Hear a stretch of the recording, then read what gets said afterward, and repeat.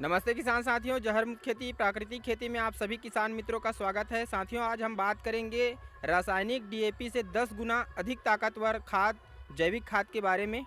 और इस खाद का उपयोग हम डीएपी के स्थान पर करेंगे। और यह खाद जो है बहुत ही अतिशीघ्र तैयार होने वाला खाद है। इसको मैंने लगभग 20 दिनों में ही तैयार किया है। अब आइए जान लेते हैं कि इसको तैयार कैसे करते हैं। चाहे तो आप पिछली वीडियो में जाकर देख सकते हैं। 5 जून को मैं इसको तैयार किया हूँ।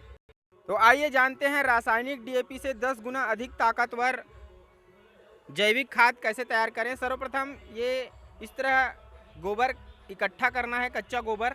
पश्चात इस तरह जीवामृत तैयार करना है। गोबर, गौमूत्र एवं गुड़, बेसन एवं जैविक मिट्टी, इन सभी को मिक्स करके जीवामृत तैयार करना है।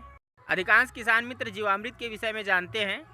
इस तरह तैयार जीवामृत को गोबर के ढेर में अच्छे से मिक्स करके जीवामृत को गोबर की ढेर में अच्छे से मिक्स करने के पश्चात उसको बोरे से ढक कर रख दिए हैं। और इसको हमने बार बार उलट पुलट किया है। 5 से 7 दिनों में पुनः उलट पुलट करते रहे हैं हम इसको। और पुनः इसमें जीवामृत तथा गौमूत्र डालते रहे हैं। और इस तरह ये बहुत ही जल्दी तैयार हुआ, 20 दिनों में ही तैयार हुआ है। यदि ढेर को उलट पुलट नहीं करेंगे तो खाद जो है जल्दी तैयार नहीं होगा। साथ ही साथ हमारे घर गौमूत्र 5 लीटर लगभग प्रतिदिन इकट्ठा हो जाता है। तो उस गौमूत्र को हम ताज़े गौमूत्र को भी इसमें डालते रहे हैं प्रतिदिन, जिसकी वजह से जीवामृत के डालने के कारण तथा गौमूत्र डालने के कारण बहुत ही जल्दी ये जो है अब घटित होकर खाद में परिवर्तित हो गया है। और देखिए, बहुत ही अच्छा जैविक खाद ये तैयार हो चुका है।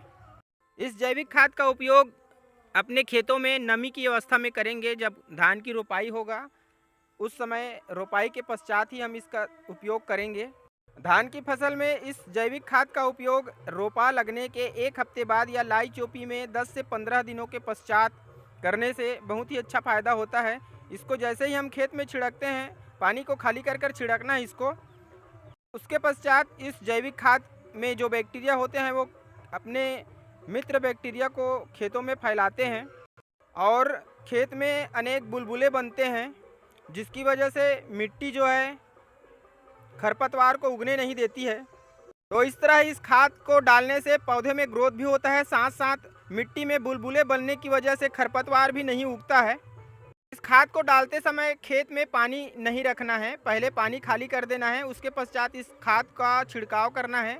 उसके बाद पानी खेतों से नहीं निकलने देना है। 2 दिनों के पश्चात पानी डालना है खेत में और उसके बाद खेत में पानी रखे रहना है। इस खाद का उपयोग ज़मीन में गीली अवस्था में करने से बहुत ही अच्छा परिणाम मिलता है। मिट्टी जो है कंपोस्ट होकर उपजाऊ बनता है। साथ ही साथ पोषक तत्वों को भरपूर मात्रा में जड़ों के आसपास प्रदान करता है, क्योंकि इसमें असंख्य जैविक मित्र बैक्टीरिया होते हैं।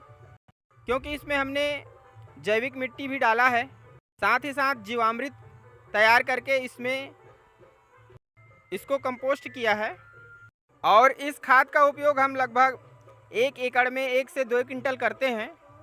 महाभारत में एक कहावत है, समय समय की बात है, समय बड़ा बलवान, भिलनी ल्योटी गोपियाँ, वही अर्जुन वही बान।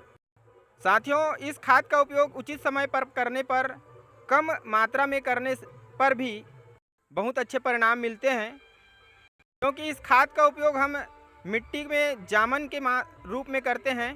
बैक्टीरिया खेतों में पहुंचकर अपनी संख्या को असंख्य रूप में बढ़ा लेते हैं और पोषक तत्वों को प्रदान करते हैं। तो इस तरह आप सब भी जैविक खाद तैयार कर सकते हैं। धन्यवाद। जय जवान, जय किसान, जय छत्तीसगढ़।